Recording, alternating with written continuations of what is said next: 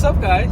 So as you know, I leveled my truck on 35s, and as you guys would want to know, obviously, is how bad is my fuel economy now. Now, I did a video before in the past. My truck was stock with the 295/60 needle rich grappler, so I just went from a 295/60 to a 65. So now this is a true 35. It's the same width, but with the level, that probably is going to really affect my fuel economy, because that reverse rake that you normally see on trucks is supposed to help you get better fuel economy. So when you level it, you obviously are going to affect that. So we're going to be driving for probably about 45 minutes or so. I just got fuel just now, and yeah, this should be a good test to see just how much my truck's going to get now on fuel economy versus the previous run I did. Now, if you want to see that video, it was a while ago. The truck only had, I think, like 5,000 or 6,000 miles on it at the time, but I will link it down below if you want to go back and watch that video too, just so you have a good idea of the fuel economy. Now, I did a video going over how different the ride was with the level in the 35s, and as you guys saw in the video, if you've already watched it, the truck does ride pretty much the same. My wife, she's going to do a video too, give her impressions, but I don't feel as though the truck is riding much different from when I had the truck before the level. And I think it's probably in part, and I said this in the video, I think it's in part to the 35s. I think that having a little bit more tire, I think that the truck's a lot smoother. And someone made a comment too in the comment section on another video saying, why do I love mud tires? Well, I didn't mention this, but these aren't really a mud tire. This is like a hybrid terrain. So it's like a all-terrain and mud terrain tire, basically. And I mean, what would you say the road noise is with this tire? I mean, would you say it's loud or obnoxious? Yeah, I mean, my wife, she's pretty much a stickler. She drives a Lexus F350, which is the most grandma car you could ever drive because it's so soft and plush. But, this truck is pretty rough and harsh as is, but I feel like these tires really did soften the ride. So now the question is, where are you going to get hit at the pump? Check it out. I just hit 800 driving hours on my truck. Idled for 148 of those, so in total 948. That's not bad, actually. I don't really idle as much as some out there, but check this out. Here are the temperatures: 197 for the coolant, transmissions at 168, which is normal. Even when I'm towing, actually, it gets about the same. And my oil temp is 204 degrees too. So yeah, this is pretty good. I mean, this truck rides so good. And I mean, even with it having 33,600 miles, it's been pretty uneventful in terms of the powertrain and drivetrain. Actually, hold on real quickly. I don't know what that is. I just saw this SUV and then I got sidetracked. Is that a Rivian? That is. Those look good. Wow. Those look really good.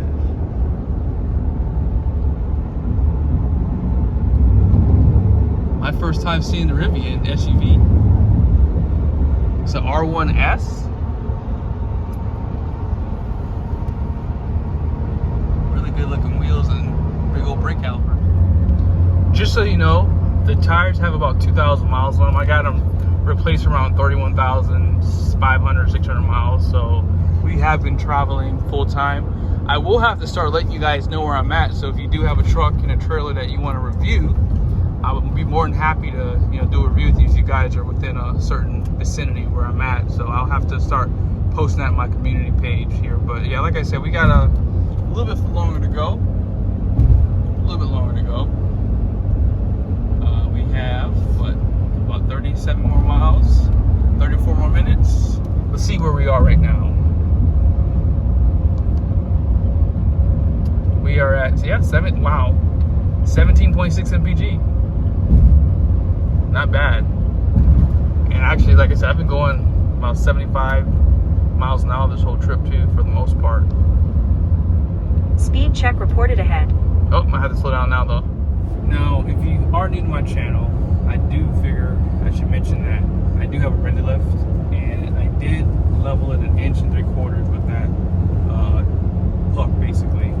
Now, it did not come with the shock extender, and I didn't upgrade my shocks. Now, the only reason why I didn't do that was because I felt like for it only being 1.75 inches, I don't think it really needs, you know, any upgrades because it's not that much of a level personally. Now, if I was to go 2.5 inches, 3 inches or more, then yes, you would need to get an extender for the shock, and it probably might be a good idea just to really upgrade the shocks and the spring and not do a block personally. I think that the truck will ride like trash if you do that. When I used to replace cars in the past and someone did trade in a truck or was looking to get a truck traded in that had like those big blocks in there, it never rode good, and they would typically have the, you know, standard shocks, and it just didn't ride that well. But all in all, I'm very pleased with how well this came out. Now, if you do have a crew cab, I think the crew cabs do have a little bit more rake on them, so I don't think this is a good idea. I think that if you want it to be level, you might have to go to a 2.5 inch level versus what I have, because before I had my truck level, people thought it was, and I was like, nope, it's standard. And it did kind of look like it sometimes. Sometimes it looked like it was pretty level, but overall, I think that for what I have, if you have a mega cab, I think that this is the perfect way to do it without having to spend a bunch of money. Alrighty, we're getting closer. And we kind of got a little bit more better for the economy, 17.8 from 17.6, I think it was. Not too bad. Now, if you remember, I did compare this to a Ford F350. It was in 2021. Had it for a few days, and I got terrible gas miles compared to the Ford. And I almost wonder if my truck was in regen mode. I didn't check it, and I wonder if it was, because I've never gotten that bad of fuel economy. So this is kind of a test for me, and just to kind of, you know, help give Ram a better name for getting such terrible gas miles. But I will say, that Ford was amazing. I mean, the fuel economy that V8 gave, I mean, I was really impressed by that truck, like 100%. I won't even lie to you. Very impressed. But all in all, I mean, this is pretty good. It's still not as good as the Ford did, but it's definitely better than what I got before I got leveled. Now, I will say having 33,000 miles on it definitely did help. You know, I think as diesel engines get miles on them, they do get better with time. So, and this is kind of proving that point compared to when I did the test, when the truck had like 5,000 miles on it. Now, I know you guys probably think I'm crazy, but I always run my tires at 80 PSIs. I'm so used to it now. And I know a lot of you guys say running at like 50 or 60 does help with the ride, but this truck already rides like a big old pickup truck, so it doesn't matter. But I just wanted to give you this example just so you have an understanding of my fuel economy. Now, I do think that running at max PSI, you're already get the better fuel economy, so just keep that in mind. Alrighty, here we go.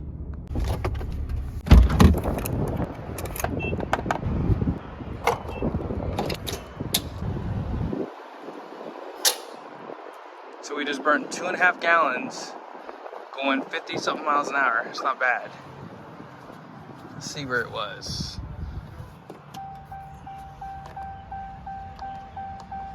Yep, 51.9 miles basically. That's not bad. I guess that is pretty bad actually. Alright, let's top it up one last time. It's been about 30 seconds. There it is.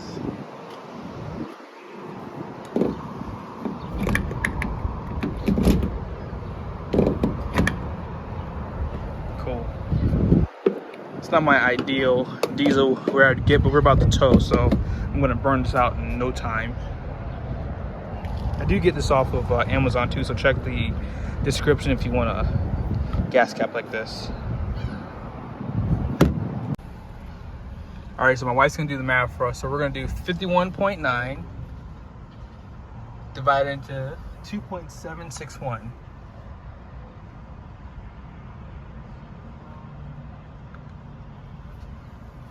So we got, see that?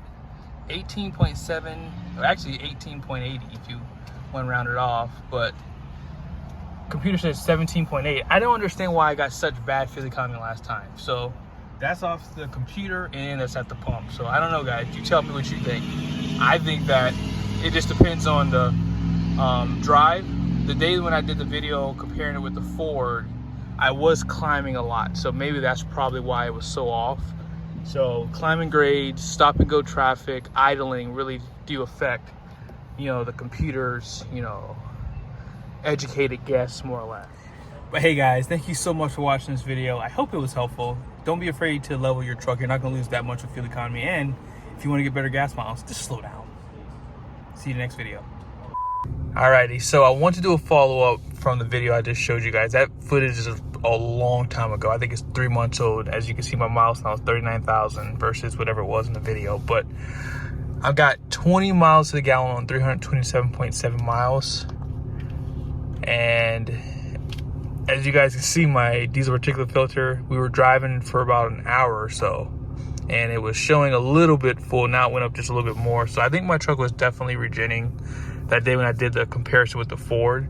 But all in all, I mean, this truck, even with the level in the 35s, you can still get pretty good gas miles. I mean, this is probably going about 60 miles an hour or less. So if you are looking to level your truck, as I said, you can still get pretty decent gas miles, but it's going to depend on where you live at. It's going to depend on the climate, things like that too. So, and one last thing I said in the video, I do run my tires at 80 PSI. So I do think that that's going to help you a little bit on the fuel economy side of things. But thanks again for watching.